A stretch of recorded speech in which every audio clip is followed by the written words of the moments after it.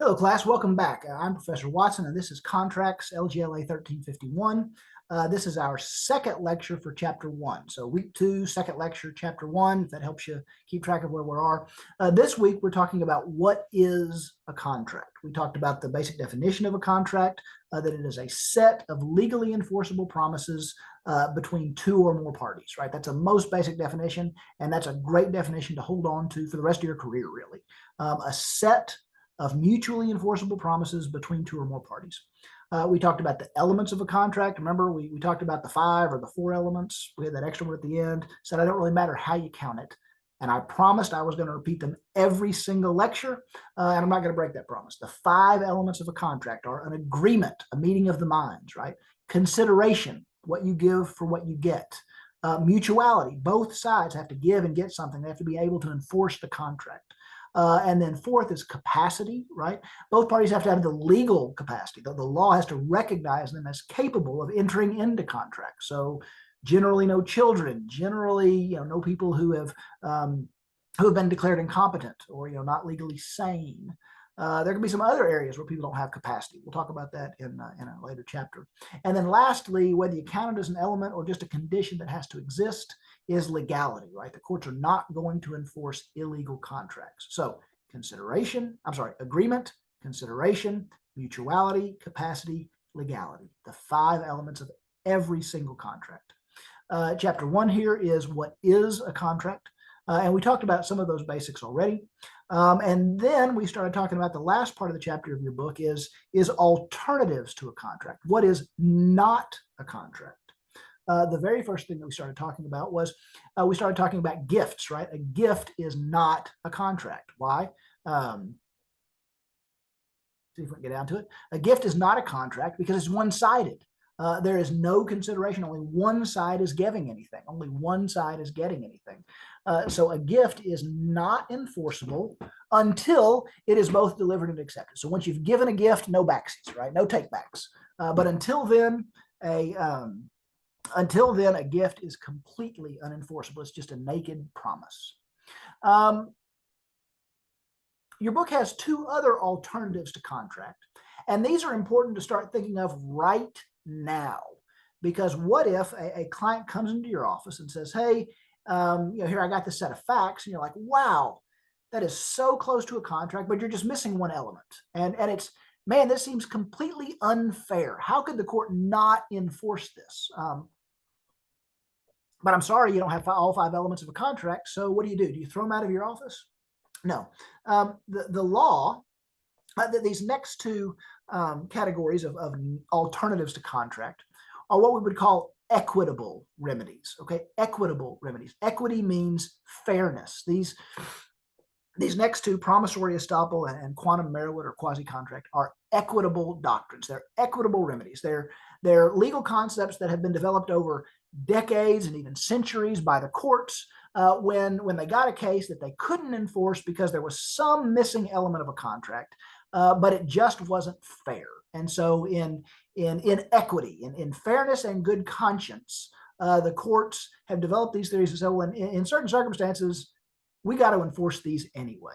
Okay, now we're not enforcing the contract. If you are missing an element of contract, if you're missing consideration, if you're missing agreement, there is nothing the court can do about that. The court is not enforcing that contract, but they may be able to enforce one of these equitable remedies. Okay, and that may sound like we're peeling the onion pretty thin there, right? Saying, well, we're not going to enforce the contract, but we are going to enforce some equitable doctrine. Well, it is, but it can have some serious differences in the remedies, right? If you sue for breach of contract, you're suing for what you're entitled to under the contract. If you sue under one of these equitable remedies, then you're not necessarily going to get what you were entitled to under the contract, but you're going to get, if you win, you're going to get what fairness dictates that the other side give to you or give back to you. Okay, so the remedies can be very different. So it's important to understand, if you don't have all the elements of a contract, you cannot enforce that contract. But under certain circumstances, you may be able to enforce, you may be able to request these equitable remedies under these equitable doctrines. Equity meaning fairness, again, these fairness doctrines. Okay. But your remedies are going to be different. Now, you can ask for both in the same suit, and we do that all the time. You'll see thousands of breach of contract cases that were filed as a breach of contract case, and in the alternative, right, just in case, judge, you find that that contract's not enforceable, then I'm suing for promissory estoppel, for instance, right? But first, I'm suing to enforce the contract. But if the contract is not enforceable, then I have a remedy. Okay, these are alternatives. You are never going to enforce the contract and get promissory estoppel. You're never going to enforce the contract and get a judgment for quantum meruit. These are alternatives to a contract. They are only available when the contract is otherwise unenforceable. Okay, so if you can enforce the contract, great. You enforce the contract, you get damages, you get injunctions, whatever, and you stop there. But we often plead them in the same suit in the alternative, right? Just in case, judge, just in case I lose on the contract, then enforce this, then grant me this promissory estoppel or this quantum meruit remedy. Okay, it's important that we talk about those right now at the very beginning of the semester rather than later after we know everything about contracts, because it's a fundamental concept and it's the kind of thing that we should start thinking about, right? When a client comes into our office as a legal professional, we need to think, how are we going to solve their problems? What way do we do this? They don't know. They don't come into your office and say, hey, I need to file a breach of contract action. And if they do, they're not lawyers. They're not legal professionals. They may not know. But it's important that when they come in, we can identify all of the possible remedies or the best possible remedies. And we can say, hey, potential client, I don't think you have a breach of contract case here. But it doesn't mean I got to throw you out in the cold. There may still be something that I can do for you, something else the courts can do for you. So let's talk about those two equitable remedies. All right. Now, back up just 2 seconds. In the book, this is under the chapter Alternatives to a Contract. The first alternative to a contract was a gift, right? A one-sided gift, and those are never enforceable. At least they're not enforceable until they're both given and accepted, right? Until the gift is complete. So that's not so much enforcing a gift as no backsies, right? You can't make somebody give you a gift. It's just that once a gift is given, you don't have to give it back. These two alternatives, quantum meruit and promissory estoppel, these are alternatives where even if the court can't enforce the contract, they may be able to give you some kind of remedy. They may be able to give you some kind of judgment. Okay, so gift is about identifying things that, hey, that's not ever going to be enforceable because it's a gift. These other two, promissory estoppel, quantum meruit, are about alternatives we may have if we can't enforce the contract, but I may still be able to help you out. Okay, so let's take a look at these very carefully. Now, just because a court doesn't think it's fair that an agreement is not enforceable does not mean that they can just give you anything you want, right? The judge can't just say, well, I can't enforce that contract, but that's not fair, so I'm just going to give you the money anyway. No, that's not the way the law works. There's always rules. There's always elements. So if you don't have a contract, if the court finds there's something missing, then you may be able to fall back to this concept of promissory estoppel. Promissory estoppel applies where there may be no enforceable contract, but again, the common language is where justice and fairness, or where equity or good conscience would otherwise require enforcement nonetheless. Okay, so we start with this concept that promissory estoppel applies where the judge looks at a case and says, well, there's no contract here, but I just can't in good conscience not give the plaintiff some kind of remedy, right? But that's not enough. There are still required elements. And if you want to try to prove a claim for promissory estoppel, you're going to have to prove all of those elements. All right. Now, promissory estoppel is unique in that where we usually use promissory estoppel is where the missing element is consideration. Remember, we talked about 5 elements of contract: agreement, consideration, right? And then mutuality, legality, and capacity. But consideration, when we have what looks like a contract, somebody believed it was a contract in good faith, they did something relying on it being an enforceable contract, and then it just wasn't because there was no consideration. Well, what can a court do? Well, you could sue for promissory estoppel. If you're going to prove promissory estoppel, again, this is a case where where there was no consideration from one side generally, but the court still thinks it would be unfair. Why would it be unfair? Well, if one party has done something, right? They've incurred some kind of detriment. We say they've changed their position. That they've relied on what they thought was an enforceable contract, and you intended them to rely on this. Then it would be unfair to let you get out of it just because there was a lack of consideration. What might that look like? Well, we talked about one example of a gift would be if your father says, "Hey, I'll pay for college," and then right before you start college, he says, "You know what? Never mind. Right? I can't afford it, or I just don't want to pay, or whatever." That's an unenforceable gift, and there's nothing you can do. And if the courts look at that, they're going to say, "You know what? I'm sorry. That may not feel good, but there's just nothing I can do about it. I mean, you're no worse off than you were yesterday, right? So your dad's not paying for college, but you're no worse off, right? You're still in the same boat you were yesterday." But what if that's different? What if your father says, "Hey, if you get into Harvard, I'll pay for college." And so you bust your butt to get into Harvard. You pay for every tutoring course, every ACT or SAT course that's out there. You incur huge debt to pay tutors to get through, calculus and AP classes, and then you apply to Harvard and you get in. And you sign a contract with Harvard that says, "I'll pay you. I'm committing myself to pay $100,000 a year in tuition, and so I am going to Harvard." Right?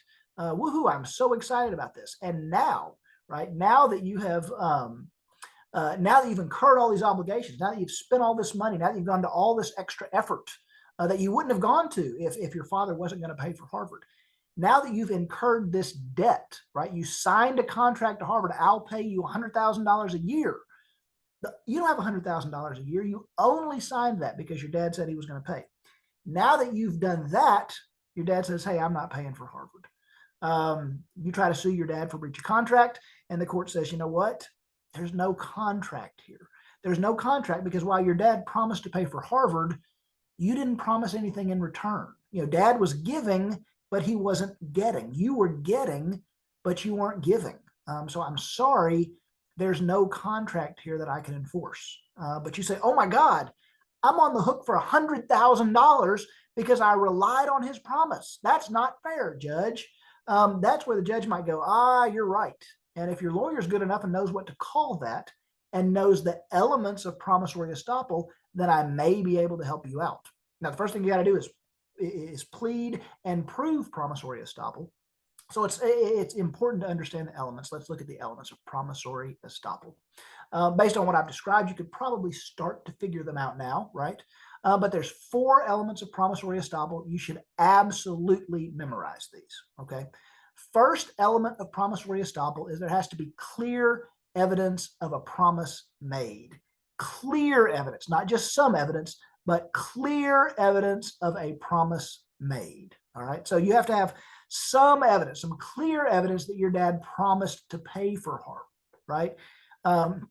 Is it enough that you just say, "Hey, yeah, I got into Harvard. My dad said he'd pay for it"? Probably not. Is that clear evidence? You need more. You need, birthday cards from your dad. You need witnesses who, "Oh yeah, for years, Dad said he would pay for Harvard."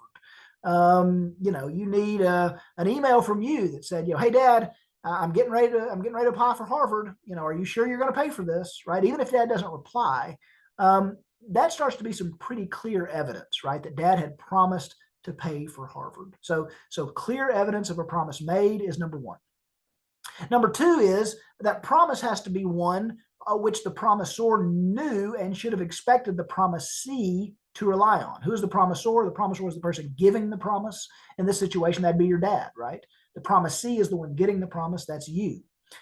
So the idea here, again, remember, this is an equity doctrine, a doctrine of fairness, and it's only fair to make your dad pay for college if that's the kind, first of all, your dad made the promise, and second, if that's the kind of promise that your dad knew or should have known that you were going to rely on, right? If he thought it was just a joke, if everybody just thought it was a joke, then it's not fair to hold Dad to that, right? Like if I tell you all, I'll pay everybody $1 million if you show up for class next week. Is it fair to hold me to that? I mean, if I assume if I say, I'll pay everybody $1 million if they show up for class next week, you're all going to be there, right? Is that an enforceable agreement? Maybe it might be a unilateral agreement. I offered to pay something if you did something. But if it's not, can you claim promissory estoppel? Probably not, because that clearly wasn't something I anticipated that you all would rely on, right? You didn't think I was serious, or I didn't think you'd really go out of your way, that you'd come back from Uzbekistan just to get to class, just so you could make that $1 million. So element one, there has to be clear evidence of a promise. Element two is it has to be a promise on which the promisor knew or should have known, could reasonably have believed that the promisee would rely on. Okay, that they thought, did your dad think that you would rely on that promise when he made it? All right. Number three seems to kind of naturally flow from that, upon which the promisee did rely, and not just did rely, but did justifiably rely, right? If you knew dad, it has to be justifiable. If you knew dad was joking, if you knew dad didn't have the money, if you knew dad was drunk when he said it, then you may rely on it. You may think, ha ha ha, I'm going to go out and start getting into Harvard. That way he has to pay for it. But that reliance isn't justifiable, right? You knew he was joking. You knew he didn't have the money. You knew he was drunk when he made the promise. So justifiability is one element, but also you have to rely. What does that mean? It means you have to change your position in some way, and not just because you wanted to, but in reliance. You only did it because of that promise, right? So if you were hell bent on going to Harvard anyway, everybody knows you were always going to apply, and you apply to Harvard, did you rely on your dad's promise? Maybe, or maybe not. Maybe you were going to do it anyway. But if you can prove that, hey, I would not have signed this contract. I don't have $100,000. I wouldn't have paid Harvard. I wouldn't have agreed to pay Harvard. I wouldn't have put myself on the hook for $100,000 a year to go to Harvard if dad hadn't made the promise to pay for it, right? That's reliance. You have changed your position in some way in relying on that promise and believing that that promise was going to be kept, that promise was going to be enforced. Okay, so clear evidence of a promise upon which the promisor did or reasonably should have believed the promisee would rely. Number three, and that the promisee did rely, right? That they did something that they wouldn't have done because of that promise. They changed their position in some way because of that promise. All right. And then the fourth element, if you thought about it, you'd probably come up with it. Once I tell you, it seems pretty logical. The fourth element is that change in position has to be to the promisee's detriment, right? It has to be something that cost them, right? That made them worse off than they would have been had they not done it. So it has to be to their detriment. So I studied real hard. Is that reliance? Maybe, your dad promises he'll pay for Harvard if you get in, and so you study real hard. Is that a reliance? Yeah, maybe. Is it to your detriment? Maybe not. You're gonna have to prove that you were hurt by studying hard. How were you hurt by studying harder? Now you were just a better student, and you're better off. So if you just studied harder because your dad promised it, well, you may have relied, but did you rely to your detriment? Maybe. If you quit football so that you could study harder, then maybe you relied. If you signed that contract to pay Harvard $100,000 a year because your dad promised, then that's certainly a detriment, right? Now you've got this $100,000 debt. But whatever that reliance is, it has to be detrimental. Okay, so the four elements of promissory estoppel are clear evidence that a promise was made, that the promisor did or should reasonably have believed that the promisee would rely on that promise. Three, that the promisee did rely on that promise. And then four, that reliance was to their detriment, right? It harmed them. It was a negative in some way. So now you say, hey, going to Harvard, that's going to be great. If you get into Harvard, you can write your own ticket. Fine, maybe that's true, but you still have to pay that $100,000, right? That $100,000 a year. That's still a detriment. Even if there's some huge benefit, there's still a detriment, and that's enough, or maybe enough for promissory estoppel. So again, promissory estoppel is an equitable doctrine. It is an alternative to contract where the judge says, hey, I can't enforce that contract. And so you go, okay, judge, step two then, in the alternative, we're going to plead promissory estoppel. Again, promissory estoppel usually applies where the missing element of contract is consideration. and it has 4 important elements. It's based on this idea of fundamental fairness, and so you can kind of guess what those elements are, but kind of guessing is not enough. This is the law. You need to know what the elements are. You need to prove each and every one of your elements, because if you miss even one, just like you missed consideration, so it's not an enforceable contract, if you miss one element of promissory estoppel, then the court can't enforce it either. So it's important to memorize those elements, to understand them, and to make sure that if you're pleading promissory estoppel, that you plan on how you're going to prove all 4 elements. The elements are a clear evidence that a promise was made. 2, that the promisor knew or should have known that the promisee would rely on. 3, that the promisee justifiably did rely on that promise.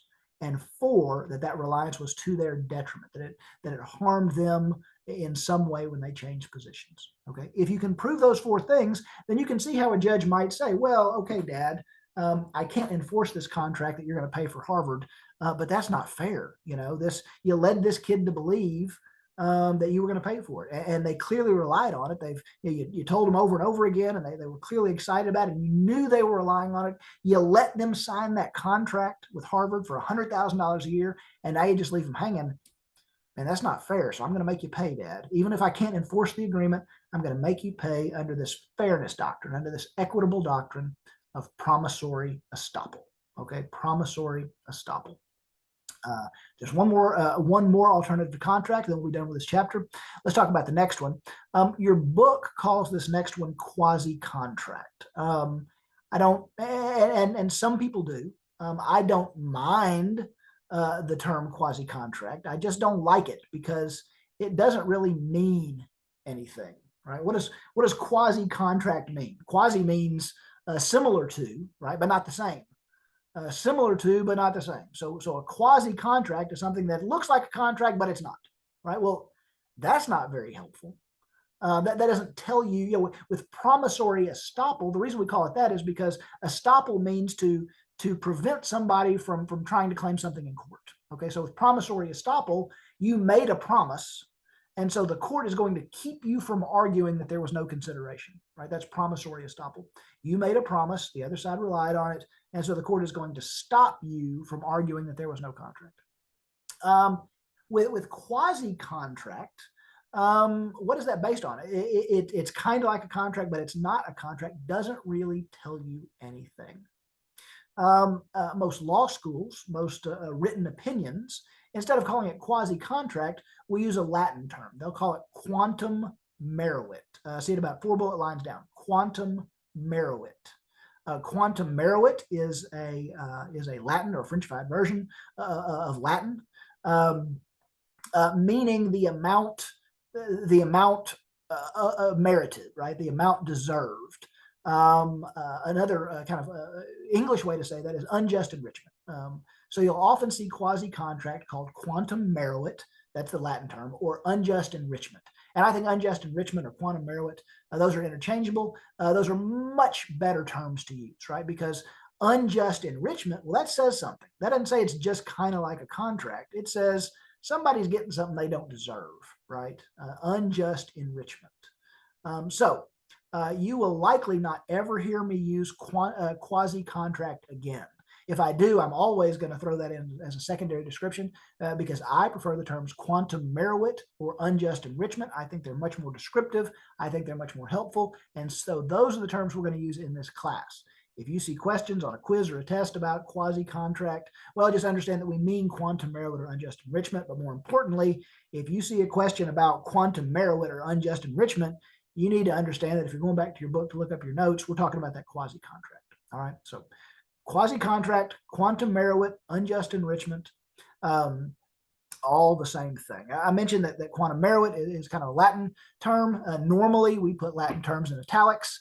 Quantum meruit is not italicized on my PowerPoint there. Had I italicized it, that probably would have been more proper because, like I said, we usually italicize foreign words and phrases. In this situation, though, quantum meruit is used so commonly that it has, I think it can fairly be said that quantum meruit has become an accepted English term that is used in the law. Okay, and so you will see quantum meruit italicized because it's Latin, but it has become so common that you also see it just like that, not italicized. Because we use it so commonly, it's simply become an American word. Now, I know you didn't learn it in high school or kindergarten. You may not see it in your everyday use, but lawyers, legal professionals, paralegals, we know quantum meruit. We see it. Quantum meruit is another one of these equitable doctrines, right? Equity meaning fairness, right? It applies. It also applies where there is no enforceable contract for some reason, but where justice and fairness or good conscience would otherwise, make the judge feel like, man, even though there's not a contract here, I still have to enforce this in some way. All right. So again, it's an equitable doctrine. It only applies when there's not a contract. If the contract is enforceable, then you enforce the contract. But if the contract is not enforceable, then you may plead in the alternative for quantum meruit or unjust enrichment damages. With promissory estoppel, we usually said that the missing element was consideration, right? That one side made a promise, right? It looked more like a gift, but the other side relied on that gift to their detriment, and it would be unfair not to then make somebody deliver that gift, right? That is promissory estoppel. When we're talking about quantum meruit, usually we say that the missing element is the agreement itself. The agreement itself is missing. These parties never even entered into an agreement. Well, if the parties never even entered into an agreement, how can it be fair to enforce that, right? How in the world can it be fair to make somebody pay you on a contract that you never entered into? When you pull up to the intersection, the guy runs out and he sprays your window down and he smears everything around and he says, give me $1, right? Do you owe that guy under quantum meruit? No, that's not fair. You're missing an agreement, right? Okay, well, I get that's missing an agreement, so the court won't enforce it. But when is the court going to enforce an agreement that doesn't exist? Let's go back to my house painter example, right? We use that as an example for unilateral versus bilateral contracts. If you promise to paint my house and I promise to pay, we have a mutual exchange. We have two promises. We have a bilateral contract.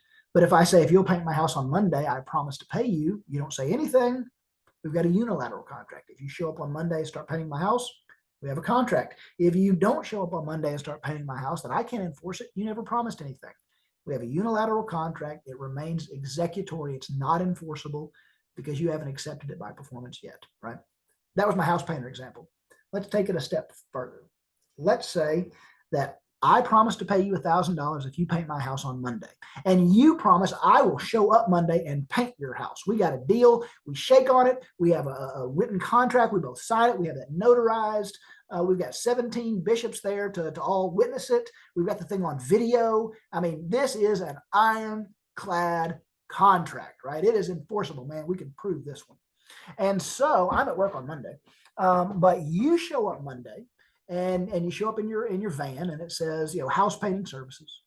And you get out your drop cloth and you start putting your drop cloths around the building and you start setting everything up and you're there all day, right? And you're getting out your painting equipment, you got your uniform on, it says, house painting services, and you start painting the house and you're doing a fantastic job. There's just one problem. You got the wrong house, right? You're not painting my house. You're painting the house next door. If you paint the house next door, can you force me to pay for it? No, there's no consideration. You didn't do the thing that you promised to do. You didn't paint my house, so I don't have to pay you. In fact, I can sue you for not painting my house. But what if my neighbor saw you pull up in front of the house and he's like, what the heck? That looks like a house painter. And as you started laying out your ground covers and your drop cloths and you started getting out your material, he was like, oh, I bet that guy's made a mistake. And my house looks terrible. I could sure use a good house painting. And so he sits inside and he peeks through the blinds and he watches you paint your house and he just giggles the whole time. He's like, ha, ha, ha, I'm getting ready to get my house painted for free, right? And then when you finish the job, you do a great job and you knock on the door and say, hey, pay me. And he says, I don't know who you're talking about. And he says, yeah, you're not Watson. What's going on here? Can't sue me because he didn't give me consideration, he didn't paint my house, but can you sue my neighbor? That's where there's a missing agreement. You didn't have any agreement with my neighbor to paint his house, but can you force him to pay for it?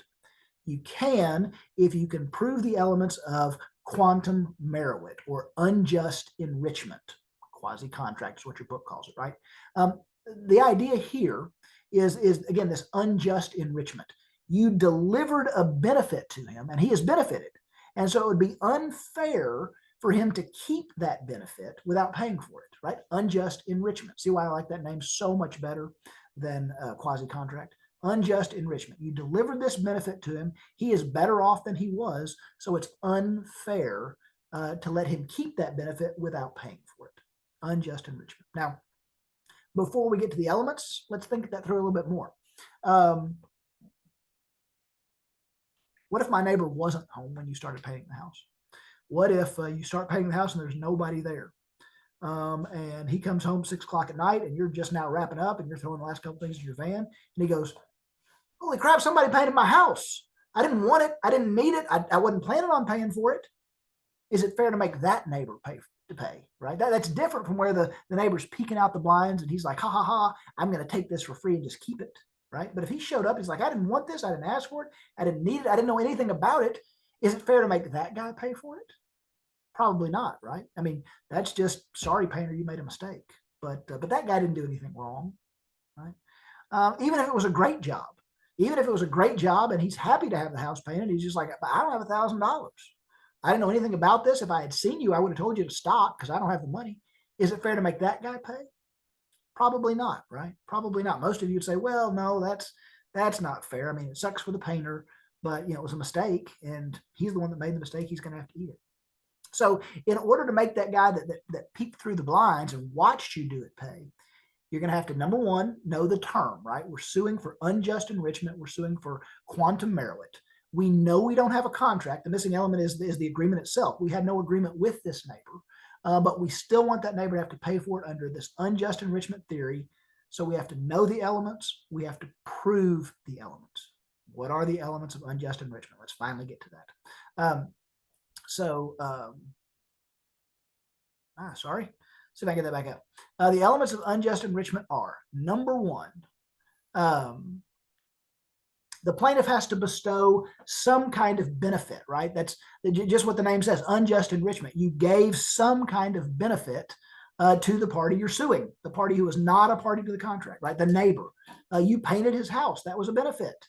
If you painted his house black and it looks terrible and nobody ever wanted that, well, you haven't benefited him. And it's not fair to make him pay for that.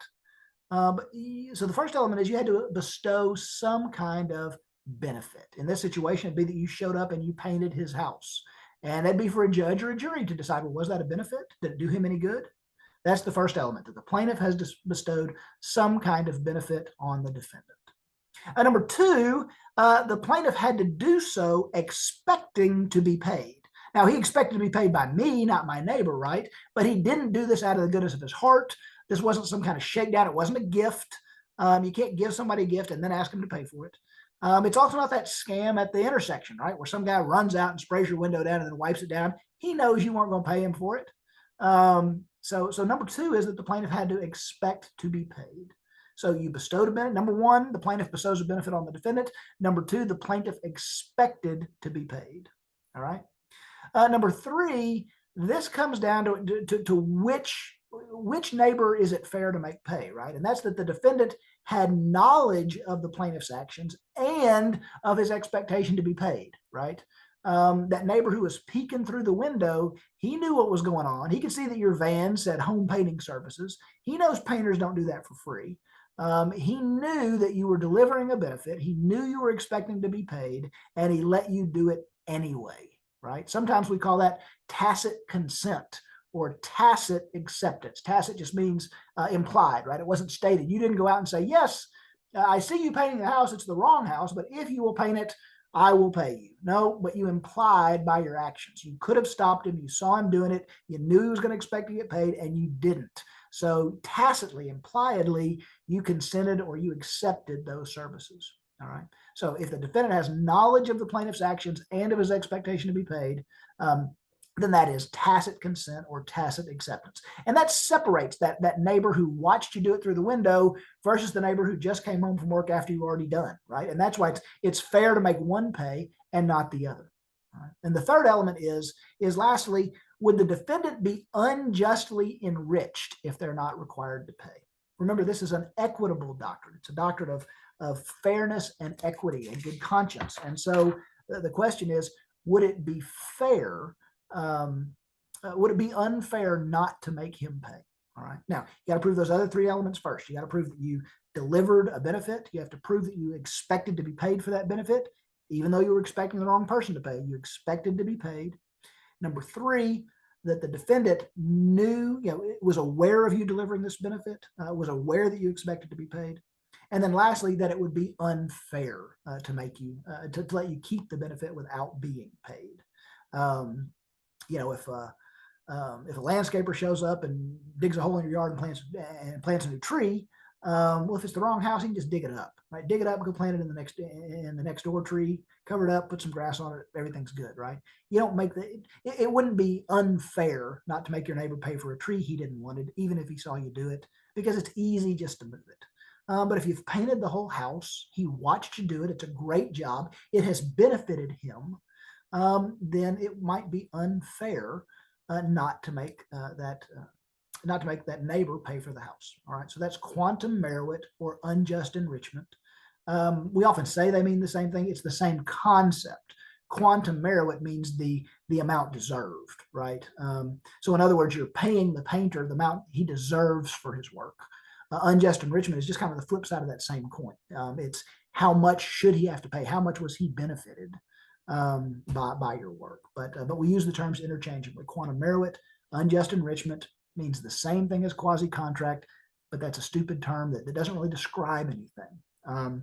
And quite frankly, in most case law and most treatises, you're going to see it referred to as quantum meruit or unjust enrichment. Again, that's an equitable doctrine. Only applies if there's not an enforceable contract. Whereas promissory estoppel applies usually when the missing element is consideration. Quantum meruit or unjust enrichment applies or can imply. You've got to prove all four elements, but quantum meruit can apply where that missing element is the agreement itself, right? And that's usually where you delivered a benefit to the wrong person. So that's chapter 1. We've talked about the definition of contract. We've talked about the elements of a contract. We've talked about different ways to categorize contracts, right? Express versus implied. We've talked about another way to completely separate, a separate way to categorize contracts as unilateral versus bilateral. Those are important concepts to understand as we move forward this semester. Unilateral, one-sided, bilateral, two-sided. Does that mean there's only one person to a unilateral contract? No, it means exchange of promises, right? A bilateral contract, we have two promises being exchanged. Unilateral, we only have promises going one way, but we still have two parties to the agreement. Then we talked about these alternatives to contract. We talked about a gift, completely unenforceable until it's completed. That really just comes down to no backsies, and that's it. But it's not completed until delivered and received. Delivered and received. I have to voluntarily deliver it. You can't just take it from me. But you also have to receive it. You have to get it in your grubby little hands or accept it before it's no backsies, before it's enforceable. And then these other two alternatives to contract are these equitable doctrines, these things where maybe you can get some remedy, maybe you can help your client, even if there wasn't an enforceable agreement, because there's some missing element. So if the missing element is consideration, then you may be able to plead in the alternative, this concept of promissory estoppel, and you may still be able to get some kind of remedy for your client. If the missing element is the agreement, right? Maybe you just delivered it to the wrong person. Then the missing element is the agreement itself. So then you're going to check down to this quantum meruit or unjust enrichment theory or doctrine, right? Equitable doctrines based on fairness. Once you start thinking of it that way, it will help you remember those elements. But memorize those elements, because if you do not prove every single one of those elements, no remedy, right? Just like if you don't prove every single element of a contract, no enforceable contract. If you don't prove every single element of those equitable remedies, then no equitable remedy either, and then your client's going home empty-handed. All right. So that is chapter 1. Glad you were here. If you have any questions about it, shoot me an email, give me a call, come to class early, or give me a call. We'll set up office hours, something like that. Otherwise, if you haven't done it yet, go read chapter 1. Take a look at my lecture notes. The PowerPoint's up there too if you need it, if that's helpful. And then you've got a couple of assignments this week. I think you got a quiz and a memo. Look at the materials first, then take a look at that quiz and that memo. It won't hurt you in weeks in the future to go ahead and look at the quiz, look at the memo ahead of time, right? Look at the quiz, look at the memo, see what kind of questions you're going to be asked, see what kind of stuff that you need to learn, maybe before you attend the lectures or before you watch the lecture, before you read the book. That way, when you start reading the book or you start listening to the lecture, you're like, that was one of the questions on the quiz, or that's something I got to know in my memo. Let me write that down. So that'll start next week. Okay. All right, that's it for now. Next week, we're going to move on to chapter 2. That is sources of contract law. So be ready for sources of contract law next week. Please read chapter 2. Maybe take a look at my lecture notes before you show up. Otherwise, I will we'll have 2 new lectures set for next week. All right, great. Thanks. Have a great week.